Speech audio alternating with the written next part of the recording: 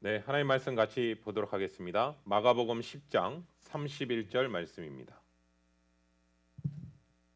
그러나 먼저 된 자로서 나중되고 나중된 자로서 먼저 될 자가 많으니라. 아멘. 아멘. 우리가 지난번 마가복음 같이 말씀 나누는 가운데서 베드로가 이런 고백을 하잖아요. 우리가 모든 것을 버리고 주님을 따랐습니다. 그리고즉 우리가 무엇을 얻으리이까라는 그 질문을 같이 나눴었잖아요. 그 부분에 대해서 버린다라는 단어를 영어로 표현한다면 leave behind라는 단어를 사용했습니다. 뒤로 남겨두다라는 뜻인데요. 복음을 위해서 자신이 하나님의 나라를 최우선순위를 두었을 때 사실은 나머지는 일단 뒤로 미뤄뒀다라는 뜻이지 자기가 모든 걸 다 버리고 쫓은 것은 아니라는 사실을 우리가 그 단어 속에서도 느끼게 됩니다. 그리고 제자들이요, 예수님을 정말 따랐던 이유의 근원적인 이유는 무엇이냐면 사실은 자신의 지금의 현재의 삶보다 예수님을 따르게 되면 더 높은 위치로 올라갈 거라는 그 기대감으로 사실은 예수님을 따랐다라는 사실도 우리가 같이 말씀을 통해서 볼 수 있습니다. 그런데 지금 베드로는요, 자신의 공로를 지금 드러내고 예수님 앞에 나아가는 것을 보게 됩니다. 그런데 주님은 그 베드로의 그 질문 앞에 뭐라고 얘기하시냐면 주님과 복음을 위해 그 무엇이라도 버리면 현세에 있어서 100배나 얻을 것이고 영생을 얻지 못할 자가 없다라고 말씀해 주시면서 또 하나의 단어를 얘기하십니다. 그것은 뭐냐면 그냥 얻어지는 게 아니라 이것은 박해와 함께 하는 점이라는 것을 분명히 얘기하십니다. 여러분, 복음은요, 사실은요, 박해와 함께 온다라는 사실입니다. 왜냐하면 이 땅 가운데 어둠 가운데 있었던 사람이 사망에서 생명으로 옮겨지는 사건이잖아요. 또 마귀에게 종노릇했던 자가 이제는 생명에서 복음으로 옮겨지는 그 자리에 사단의 방해가 있다라는 것은 너무나 당연하지 않을까요? 그리고 그 자리로부터 떠나지 못하게 하기 위해서 여러 가지 박해와 핍박을 통해서 계속해서 그 자리에 머물게 하기 위해서 사단 역시도 자기에게 속해 있었던 그 영혼을 빼앗기지 않기 위해서 치열하게 전투하지 않을까요? 그렇지만 신실하신 하나님은요, 복음을 전하는 가운데서 박해가 있기 때문에 박해를 받는 데서 시간이 끝나지 않는다라는 사실도 분명히 말씀하십니다. 왜냐하면 그 박해 가운데서 하나님을 향해 눈물과 헌신과 기도하는 가운데서 우리를 박해했던 가족들, 우리를 박해했던 이웃들조차도 하나님의 선하심과 은혜를 베푸셔서 오히려 그의 가족과 또한 하나님을 알지 못했던 사람들이 예수 그리스도를 믿는 역사로 펼쳐진다라는 사실을 우리는 성경을 통해서 우리에게 다시 한번 말씀하고 계시다는 사실입니다. 그렇기 때문에 우리가 치러야 될 희생보다요, 하나님으로부터 오는 복이 훨씬 더 크다는 사실을 기억하시기를 예수 그리스도의 이름으로 축원합니다. 그렇기 때문에 누구든지 내세의 영생을 받지 못할 자가 없다라는 귀한 약속을 주신 후에 갑자기 오늘 본문 말씀이 나오는 겁니다. 다시 한번 읽어볼게요. 마가복음 10장 31절입니다. 그러나 먼저 된 자로서 나중되고 나중된 자로서 먼저 될 자가 많으니라. 아멘. 아멘.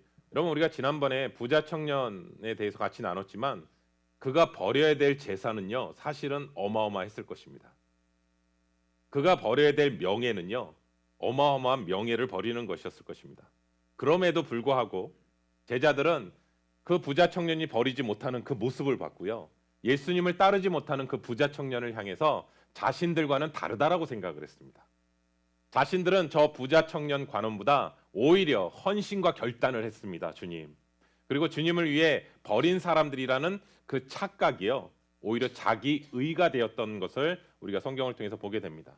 왜냐하면요, 자기 의가 됐다라는 것은 어떤 뜻이냐면 공로 의식이 생겼다라는 거예요. 그렇기 때문에 그 공로 의식이 생긴 그 제자를 향해서 예수님이 뭐라고 하시냐면 먼저 된 자가 나중되고 나중된 자가 먼저가 된다라는 말씀으로 사실은 경고하신 거예요. 그러니까 내가 먼저 주님을 믿고 따랐으니까, 내가 먼저 헌신하고 주님을 따라가고 있으니까 제자들의 공로 의식을 경계하기 위해서 오늘 주님께서 이 말씀을 하신 거거든요. 나중된 자가 먼저 될 것이다. 그러면 오늘 이 31절 한 구절만 읽으면요, 그렇게 전체적인 의미가 크게 와닿기가 좀 어렵습니다. 왜냐하면 특별히 이 내용이요, 마태복음에서도 펼쳐지고 있거든요. 마태복음에서는 좀 더 명확하게 표현하고 있어요. 먼저 된 자가 나중되고 나중된 자가 먼저 된다라는 구절은요, 어느 구절에 있냐면 포도원 품꾼 비유가 가운데 있잖아요. 앞에 부분에 있어서 먼저 된 자가 나중되고 나중된 자가 먼저 된다라고 얘기하고 끝 부분에 있어서 먼저 된 자가 나중된 자에서 샌드위치 구조로 가운데 포도원 품꾼 비유가 펼쳐지고 있다라는 사실입니다. 우리 볼까요? 마태복음 19장 30절부터 20장 12절까지입니다. 그러나 먼저 된 자로서 나중되고 나중된 자로서 먼저 될 자가 많으니라. 천국은 마치 품꾼을 얻어 포도원에 들여보내려고 이른 아침에 나간 집 주인과 같으니 그가 하루 한 데나리온씩 품꾼들과 약속하여 포도원에 들여보내고 제3시에 나가보니 장터에 놀고 서 있는 사람들이 또 있는지라. 그들에게 이르되 너희도 포도원에 들어가라. 내가 너희에게 상당하게 주리라 하니 그들이 가고 제6시와 제9시에 또 나가 그와 같이 하고 제11시에도 나가보니 서 있는 사람들이 또 있는지라. 이르되 너희는 어찌하여 종일토록 놀고 여기 서 있느냐. 이르되 우리를 품꾼으로 쓰는 이가 없음이니이다. 이르되 너희도 포도원에 들어가라 하니라. 저물매 포도원 주인이 청지기에게 이르되 품꾼들을 불러 나중 온 자로부터 시작하여 먼저 온 자까지 삭슬 주라 하니 제11시에 온 자들이 와서 한 데나리온씩 받거늘 먼저 온 자들이 와서 더 받을 줄 알았더니 그들도 한 데나리온씩 받은지라. 받은 후 집 주인을 원망하여 이르되 나중 온 이 사람들은 1시간밖에 일하지 아니하였거늘 그들을 종일 수고하며 더위를 견딘 우리와 같게 하였나이다. 아멘. 아멘.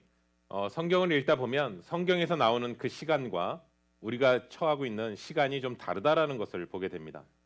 포도원 품꾼에서 비유해서요 5번의 시간이 나오거든요. 이른 아침, 제3시, 제6시, 제9시, 제11시라는 시간이 나오는데 오늘날 시간으로 계산하면 그 시간에다가 플러스 6을 더하시면 됩니다. 그러니까 이른 아침이라는 시간은 6시를 얘기합니다. 오전 6시요. 그리고 제3시는요. 플러스 6을 하면 9시입니다. 오전 9시. 그리고 제6시는 오후 12시를 얘기합니다. 그리고 제9시는 오후 3시고요. 그러면 11시는 얼마일까요? 네, 갑자기 안 할 줄 알고 이렇게 질문을 던졌습니다. 예, 오후 5시를 얘기합니다. 근데 그 당시에 일은요 오전 6시부터 오후 6시까지만 일을 하게 됩니다. 그러니까 오후 5시에 들어왔다라는 것은 1시간밖에 일하지 못했다라는 것을 볼 수 있는 것이죠. 그러니까 이른 아침에 들어간 사람은요 12시간을 일하는 겁니다. 그리고 오후 5시에 들어간 사람은 1시간밖에 일하지 않는 것이죠. 근데 포도원 주인이요 이른 아침에 나가서 특별히 오전 6시, 새벽 6시에 하루에 한 데나리온을 주기로 약속합니다. 그리고 그 품꾼을 데려오는 것을 보게 되거든요. 내가 한 데나리온을 줄 테니까 우리 포도원에 와서 일을 하라라고 얘기합니다. 그러면 그 당시에 한 데나리온의 값이 어느 정도냐라고 얘기한다면 그 당시에 로마 군사가 하루 받는 금액입니다. 그리고 기술자가 받는 금액입니다. 그런데 오늘 이 품꾼은요 전문 기술자도 아니고요. 어떻게 보면 어떠한 기술을 갖고 있는 사람이 아닌데 그만큼 대우를 해주겠다라는 것은 그 품꾼에게 있어서는 굉장한 큰 돈이 갑자기 생긴 것이나 다름이 없는 것이죠. 그리고 그 마음속에 횡재한 마음으로 들어갈 거라고 생각합니다. 와, 나에게 한 데나리온을 준단 말이야? 그런데 오늘 본문의 모습에 보시면 이 포도원 주인은요 아침 9시에도 또 나가요 밖으로. 그리고 오후 12시에도 나가고 오후 3시에도 나갑니다. 그런데 처음에 오전 6시에 만났던 사람들에게는 한 데나리온을 주겠다라고 약속을 하거든요. 그런데 이 나중에 지금 얘기한 사람들에게서는 뭐라고 표현하냐면 한 데나리온이라는 단어를 사용하지 않고 너에게 상당하게 주겠다라는 말만 합니다. 그러니까 정확한 금액이 얼마인지는 얘기를 하지 않습니다.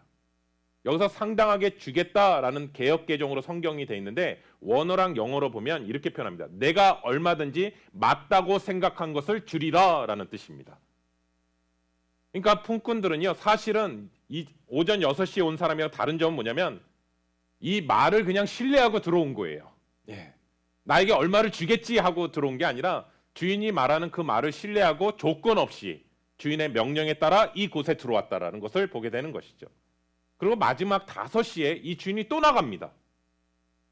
그리고 마지막에 그 1시간 아무것도 얘기하지 않고요. 마지막 그 사람에게는 뭐라고 얘기하냐면 너희가 포도원에 그냥 들어가라 라는 말만 하십니다. 그러니까 하루 일과가 끝났을 때 오후 5시에 들어온 사람들이 품꾼이 들어왔을 때 오전 6시부터 일한 사람이 있었을 거 아니에요. 그 사람들이 나중에 1시간만 일하는 사람을 봤을 때 전혀 사실은 성경을 보시면 불만이 없었습니다. 만약에 이런 생각이 들어요. 품삯을요, 성경에서는 나중에 온 사람부터 주는데요. 만약에 처음 온 사람 있잖아요. 그 사람에게 먼저 줬다면 그럼 그 사람에게 한 데나리온을 받고 너무나 감사합니다 하고 돌아갔을 거 아니에요. 그러면 나머지 사람들이 얼마 받는지는 전혀 생각하지 않기 때문에 전혀 불평할 일이 없었을 거라고 생각하거든요. 그렇지 않나요? 그런데 오히려 주인은요, 나중에 온 사람부터 먼저 주고 있다라는 거예요. 마치 의도적으로요. 나중에 들어온 사람부터 주게 되는데 그 사람, 1시간밖에 일하지 않은 사람에게 한 데나리온을 주는 거예요. 이 주인의 파격적인 행동이 아마 다 놀랬을 거라고 생각합니다. 그리고 아마 1시간 일하는 사람은요, 벌벌 떨면서 받았을 거예요. 너무 기뻐서요. 너무 감사해서요. 1시간밖에 일하지 않았는데 나에게 이렇게 큰 금액을 준단 말이야 하면서 너무나 기뻤을 거예요. 그런데 그 다음에 옆에 서 있는 오후 3시는 기대가 올라오겠죠. 이 사람이 한 데나리온이면 나는 그럼 한 3데나리온? 그럼 그 다음 사람들은 점점 올라가겠죠. 기대치가요. 기대와 달리 마지막에 12시간 일했던 그에게도 동일하게 한 데나리온을 줍니다. 최소한 나는 12데나리온을 받을 거야. 아니, 최소한 거기서 플러스 너가 더 수고했으니까 더 줄게라고 하는 기대감이 있었을 텐데 한 데나리온밖에 주지 않습니다. 그러면서 원망이 생깁니다. 내가 하루 종일 수고했는데 나에게 한 데나리온 받는, 정말 1시간밖에 일하지 않는 그 사람과 똑같이 취급한단 말이야 하면서 불쑥 올라오는 게 뭐였냐면 바로 원망이었다라는 사실입니다. 여러분, 우리가 이렇게 읽으니까 특히 그러겠지만 만약에 여러분이라면 어떻게 하시겠습니까? 여러분이 만약에 이런 취급을 받는다면 어떨 것 같습니까? 우리 장우란 집사님이 비즈니스 하시는데 일하는 종업원한테 만약에 이거대로 신뢰로 했다면 어떤 일이 벌어질까요? 그 다음 날부터 안 나오겠죠. 현실적으로요. 그런데 만약에 여러분들이 이 상황에서 첫 번째 12시간 일했던 사람의 입장에 한번 정말 처해 본다면 솔직하게 억울하기도 할 것 같고요. 불쾌하지 않을까요, 마음이? 그런데 왜 우리가 억울하고 불쾌하냐면 우리 안에 누구도 예외 없이요, 공로의식이 있기 때문에 그래요. 일을 더하면 더한 대로 대우를 받아야 된다는 생각을 갖고 있고, 일을 덜하면 덜 받아야 된다는 생각이 우리 안에 있습니다. 그런데 문제는요, 여기서 진짜 문제는 뭐냐면 그가 더하고 덜했다라는 판단 기준이 나라는 사실입니다. 교회 안에서 불화와 불평과 다툼이 일어나는 이유의 근원적인 뿌리는요, 공로의식 때문에 그렇습니다. 내가 먼저 왔는데, 내가 먼저 이렇게 헌신했는데, 이러한 공로의식 때문에 서로 화합하지 못하게 되는 것이고, 서로 사랑하고 서로 양보하고 서로 존중하지 못하고 결국은 분열되는 이유가 뭐냐? 그 마음속 뿌리 깊이 공로의식이 있기 때문에 그렇습니다. 그런데 만약에 새벽에 일해서 왔던 사람들이요, 만약에 그들이 부모라고 생각하고요, 만약에 1시간 일한 사람이 자신의 자녀라고 생각한다면 어떨까요? 오늘 하루 시작하기 전에 일거리를 찾지 못해 과연 일거리를 얻을 수 있을까라는 그 마음으로 나왔는데 포도원 주인이 자신을 처음부터 선택해 준 거예요. 그 선택해 주는 가운데서 일을 하고 있었어요. 그런데 마지막에 1시간 남겨놓고 자신의 자녀들이요, 하루 종일 일할 거를 못 찾고 있다가 그 자녀도 들어오게 된 거예요. 그렇다면 그 부모, 12시간 일했던 그 부모가 1시간 일한 자녀를 바라봤을 때 그 자녀가 한 데나리온을 받으면 부모의 마음은 어떨까요? 좋지 않을까요? 네. 불쾌할까요? 아니요. 좋을 것 같은데요. 바로 이 부분이요, 예수님이 제자들에게 하시고 싶은 말씀이라는 생각이 들었습니다. 제자들은 계속 서로 누가 크냐, 누가 더 헌신하냐, 누가 크고 작음을 얘기하고 있는 상황 속에서 주님이 계속해서 얘기하셨던 건 뭐냐면 너희는 분명히 주님 안에서 한 가족이다라는 사실을 마가복음을 통해서 계속해서 얘기하고 있거든요. 그런데 여전히 제자들은 가족을 으로 바라보지 않고 남으로 바라보고 있다는 거예요. 다른 사람으로 바라보고 있기 때문에 서로 경쟁하게 된다는 사실인 것이죠. 교회 안에서도 마찬가지입니다. 우리가 하나님 안에서, 우리가 주 안에서 영적 가족 공동체라는 생각을 하게 된다면 우리가 성도를 바라볼 때 영적 가족의 눈으로 바라보게 됩니다. 그런데 교회 안에서 자꾸 다툼이 일어나거나 사역에 대한 갈등이 일어나는 근원적인 이유는 뭐냐면 우리가 그리스도 안에서 한 몸이고 한 가족이라는 사실을 놓칠 때 일어나는 현상입니다. 우리가 하나님의 나라를 위해서요, 우리 함께 경주하는 릴레이 팀이라고 생각하게 되거든요. 근데 여러분 운동 중에 릴레이 경주를 보시면 4명의 선수가 만약에 뛰잖아요. 그러면 4명의 선수가 다 똑같은 거리만큼 뛰는가요? 아닙니다. 그 4명의 선수가 뛰는 거리가 다 달라요, 사실은요. 그렇지만 어떤 사람이 더 많이 뛰었다고 해서 3명의 선수가 불평하지 않습니다. 또 반면에 더 많이 뛴 선수가 적게 뛴 선수를 향해서 불평하지 않습니다. 왜요? 같은 한 팀이기 때문에 그렇습니다. 그렇기 때문에 나머지는요, 서로 응원하고 서포트해주고 함께 달리는 것이거든요.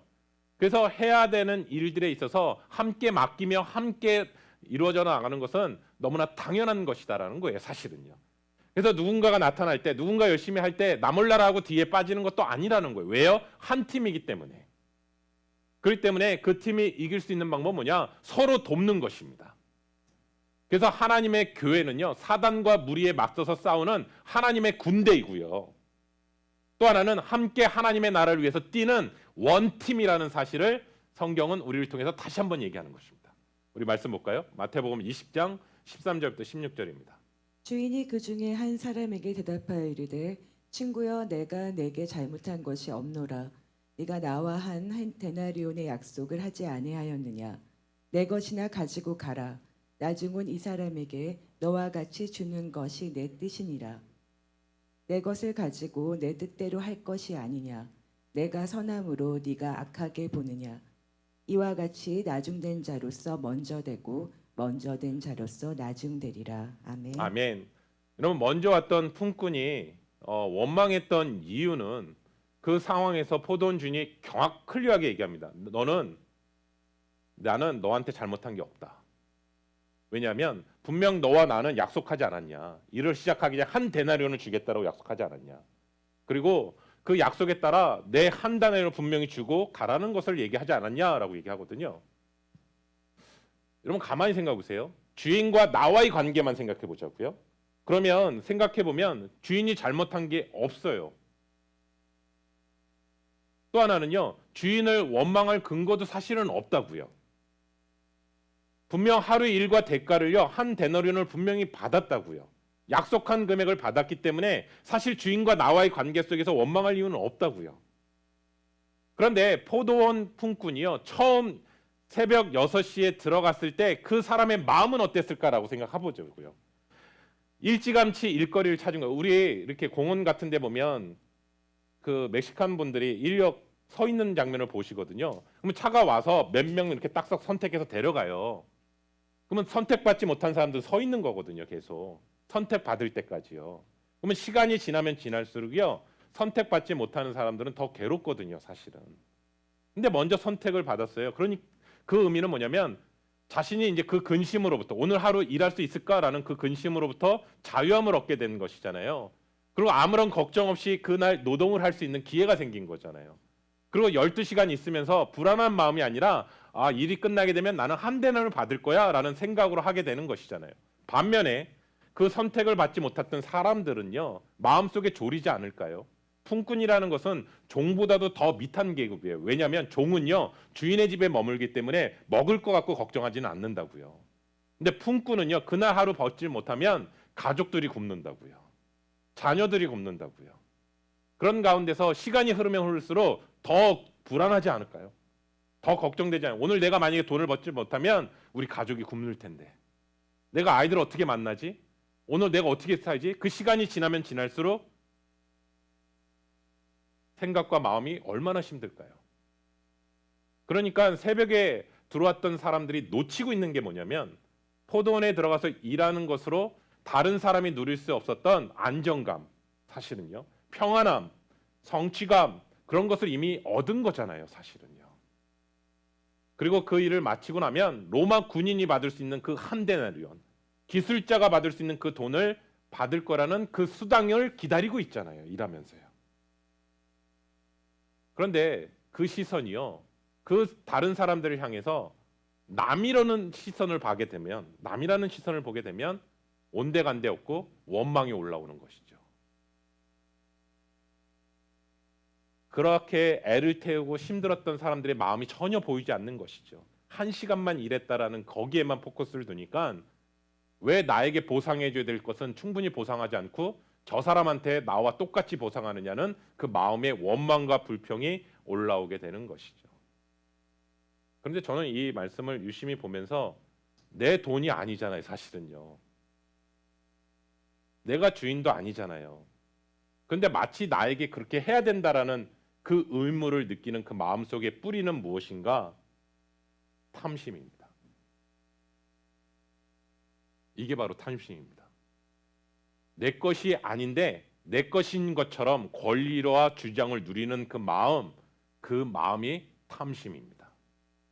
사랑하는 성도 여러분, 우리 안에 이런 탐심이 사실은 많이 있습니다. 마치 내 것인 것처럼. 그런데 너무나 자기 중심적이고 이기적으로 하기 때문에 이런 모습을 보게 되는 것이죠. 여러분, 이 탐심은요, 사람과의 관계로 끝나지 않고요, 하나님과의 관계 속에서도 연결이 됩니다. 왜냐하면 하나님 앞에 대하는 우리의 시시때때로 대하는 태도가 바로 이러한 모습입니다. 질문하겠습니다. 생명을 주신 분은 누구십니까? 하나님이십니다. 우리의 건강을 지켜주시는 분은 누구십니까? 우리에게 자녀들을 주시고 또 직장과 비즈니스를 주신 분도 하나님이시고 우리의 필요를 채워주시는 분도 하나님이십니다. 그런데 그 필요가 내가 생각하는 만큼의 필요가 채워지지 않으면 바로 우리의 반응은 뭐냐면 원망과 불평입니다. 그 마음속에 비교하기 때문에 그렇습니다. 그리고 하나님의 뜻대로 할 수 있을 영역인데 마치 우리가 그 영역을 대신하려고 하는 그 마음이 올라오게 되면 바로 원망과 불평으로 펼쳐지게 됩니다. 예수님은 이 포도원 품꾼을 비유로 말씀하시면서 이와 같이 나중된 자가 먼저 되고 먼저 된 자가 나중되리라라는 이 말씀을 앞 뒤로 똑같이 2번 말씀하시는데 이 의미는 무엇일까? 한번 생각해 보겠습니다. 이 비유에서 포도원은요, 하나님의 나라 교회로 비유할 수 있을 것 같습니다. 품꾼은요, 교회 안에 있는 우리 성도들이요. 집 주인은요, 성도를 부르시는 하나님이라고 얘기할 수 있을 것 같습니다. 본문은 구원의 진리를 모른 채 방황하고 있는 사람들인 것 같습니다. 오전 6시, 오전 9시, 오후 12시, 오후 3시, 오후 5시까지 계속해서 방황하고 있는 사람들이라고 생각이 듭니다. 그런데 이 집주인은요, 그들을 다 집 안으로, 포도원 안으로 들어오기를 자비하시는 하나님의 마음을 보게 됩니다. 그러면 한 데나리온씩 다 줬잖아요. 그 의미는 뭘까? 저는 영생이라고 생각합니다. 천국에는 분명히 믿음의 상급이 있습니다. 그런데 거기에는 분명히 차이가 있지만 영생에는 차이는 없습니다. 마치 이거 같아요. 예수님의 12제자는 3년 동안 다 주님을 따랐어요. 그런데 막판에 십자가상의 한편에 구원받은 강도도 있습니다. 그렇죠? 근데 똑같이 낙원에 있으리라. 그 약속은 분명히 주셨습니다. 그렇기 때문에 구원은요, 차이가 없어요. 그렇다면 나중된 자가 먼저 된다 라는 의미가 무엇일까라고 얘기한다면 처음에 들어왔던 사람들의 마음은 기쁨과 감사와 평안으로 시작을 했다라는 거예요. 처음 시작은. 그런데 그 시작한 마음이 나중에는 원망과 불평으로 그것을 빼앗기고 났을 때는 그것은 어떤 구원이냐? 부끄러운 구원이라는 거예요. 그런데 밖에서 불안과 염려와 걱정이 있었던 사람이 들어왔을 때 5시에 들어온 사람은요, 그 마음속에 평안과 기쁨과 감사와 하나님 앞에 영광을 돌리는 삶으로 나아가게 된다는 사실입니다. 그렇기 때문에 먼저 된 자가 나중되고 나중된 자가 먼저 되는 위치가 바뀌는 일이 보니까요 많이 있을 거래요, 예수님이. 네. 저는 이 비유를 생각하면서 또 다른 하나의 비유를 생각했습니다. 그것이 바로 탕자의 비유입니다. 돌아온 탕자가 큰아들은요. 여기서 큰아들은 아버지 집을 떠난 적이 한 번도 없어요. 큰아들은요. 그리고 고생한 적도 없는 것 같아요. 사실은 엄연히 얘기하면. 그리고 평안을 잃어버린 적도 없었어요. 사실은. 왜냐하면 탕자가 나타나기 전까지는요. 그리고 가만히 있으면요. 아버지 재산이 다 내 재산이 돼요. 그리고 아버지와 함께하면서 관계의 복을 사실 누렸어요. 그럼에도 불구하고 아버지를 떠났던 탕자가 재산을 탕진하고 돌아왔을 때 자기의 동생을 기쁘게 맞이하는 아버지의 모습을 보고 불만을 품고 화를 내면서 저는 그 성경에 보시면 집으로 들어오지 않고 밖으로 나갑니다. 반대가 됐어요. 집 안에 있었던 것은 큰아들이었는데 이제는 탕자가 집 안으로 들어오니까 큰아들은 집 밖으로 나가는 모습입니다. 우리 말씀 볼까요? 누가복음 15장 25절부터 32절이요. 맏아들은 밭에 있다가 돌아와 집에 가까이 왔을 때에 풍악과 춤추는 소리를 듣고 한 종을 불러 이 무슨 일인가 물은데 대답하되 당신의 동생이 돌아왔음에 당신의 아버지가 건강한 그를 다시 맞아들이게 됨으로 인하여 살찐 송아지를 잡았나이다 하니 그가 노하여 들어가고자 하지 아니하거늘 아버지가 나와서 권한대 아버지께 대답하여 이르되 내가 여러의 아버지를 섬겨 명을 어김이 없거늘 내게는 염소 새끼라도 주어 나와 내 벗으로 즐기게 하신 일이 없더니 아버지의 살림을 창녀들과 함께 삼켜버린 이 아들이 돌아오매 이를 위하여 살찐 송아지를 잡으셨나이다. 아버지가 이르되 얘 너는 항상 나와 함께 있으니 내 것이다 네 것이로되 이 네 동생은 죽었다가 살아났으며 내가 잃었다가 얻었기로 우리가 즐거워하고 기뻐하는 것이 마땅하다 하니라. 아멘. 아멘. 공통점이 동일합니다. 그 큰아들도요. 마지막에는 아버지한테 화를 내면서 집 밖으로 나가는 모습을 보게 되는 것이죠. 참 아이러니하죠. 마지막에 온 사람은 안으로 들어오고 있는데 정작 안에 있었던 사람은 밖으로 나가는 그 모습을 펼쳐지면서 여기에서 먼저 된 자가 나중 된다라는 그 부분들이 공통점이 뭐냐면 포도원 주인의 그리고 아버지 부분에 있어서 연결된다면 공통점은 무엇이냐면 하나님 아버지 그 마음을 잃어버렸다라는 사실입니다.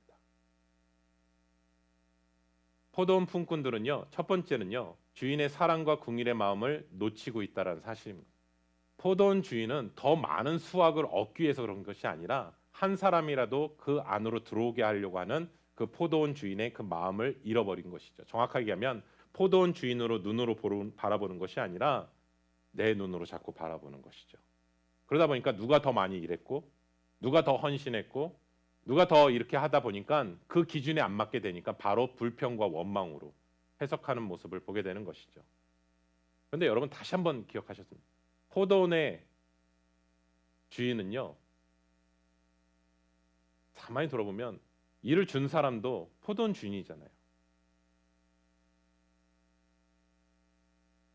돈을 준 사람도요. 포도원 주인이잖아요. 그런데 우리가 주님의 그 눈으로 주님의 주권의식을 갖고 사역하지 않는다면 순간적으로 찾아오는 것이 뭐냐면 포도원 품꾼들처럼요. 이 교회가 내 교회인 걸로 생각한다는 거예요. 또 하나는 이 사역이 내 사역이라고 생각하는 거예요. 주를 향한 주권의 사역으로 바라보지 않고 나를 향한 공로의식으로 바라보게 되면 불편해지고 불평과 원망을 하게 된다는 것을 다시 한번 보게 되는 것이죠. 돌아온 탕자도 마찬가지예요. 돌아온 탕자가 돌아왔을 때 아버지의 마음으로 큰아들이 바라봤다면 그리고 둘은요. 한 형제잖아요. 남이 아니잖아요. 사실은요. 그런데도 계속해서 남보다도 더 분노의 화살로 바라보고 있는 것을 보게 되거든요. 부모의 입장에서요. 자식들이 서로 싸우고 서로 그로 미워하는 장면을 보고 좋아할 부모는 아무도 없다라고 생각합니다. 그런데 부모의 입장에 서로 위하고 서로 짐을 나누고 서로 세워주는 거 너무나 당연히 기뻐하실 거라고 생각이 듭니다. 그래서 저는 고린도전서 13장 사랑장을 한번 유심히 보시면 이렇게 기록하고 있습니다. 내가 사람의 방언과 천사의 말을 한다 해도 사랑이 없으면 울리는 꽹과리와 같고 예언하는 능력과 모든 비밀과 모든 지식을 알고 산을 옮길 만한 믿음이 있다 하더라도 사랑이 없으면 아무것도 아니다. 또 내게 있는 모든 것으로 구제하고 내 몸을 불살라 내줄지라도 사랑이 없으면 아무 유익이 없다. 베드로전서 4장 8절에 베드로는 이렇게 고백합니다. 무엇보다도 열심으로 서로 사랑할지니 사랑은 허다한 죄를 덮느니라. 하나님께서 우리를 부르시고 여러분 다시 한번 또 놓치지 않았습니다. 우리를요 일꾼으로 부르셨다는 사실입니다. 그래서 사도 바울은 늘 얘기합니다. 복음의 일꾼이다 우리는. 그리고 그 예수 그리스도를 머리로 둔 형제 자매 가족이라는 사실을 다시 한번 놓치지 않았으면 좋겠습니다. 저는 이 말씀을 나누면서 왜 이 타이밍에 형제사랑교회 4년차 되었을 때 이 타이밍에 오늘 이 말씀을 주셨을까라는 생각을 하게 되었습니다. 저는 여기 이 자리에 계신 분들이 처음에 시작했던 그 마음, 감사와 감격과 기쁨의 마음을 주님 앞에 서는 그날까지 잃어버리지 않기를 소원합니다. 그리고 우리 형제사랑교회는 공로의식을 드러내는 교회가 아니라 정말 은혜 아니면 나는 주님 앞에 설 수 없습니다. 이 고백을 주님 앞에 서는 날까지 끝까지 붙들기를 소원합니다. 그리고 또 하나는 마무리합니다. 그리스도 예수 안에서 우리를 영적 가족 공동체로 부르셨다는 사실. 그리고 눈으로 서로를 바라보면서 감사와 기쁨을 잃어버리지 않기를. 사단은 여전히 우리의 감사와 기쁨을 빼앗으려고 우리에게 계속해서 공격하고 있는데 감사와 기쁨을 잃어버리지 않는 저와 우리 귀한 성도님들 되시길 소원합니다.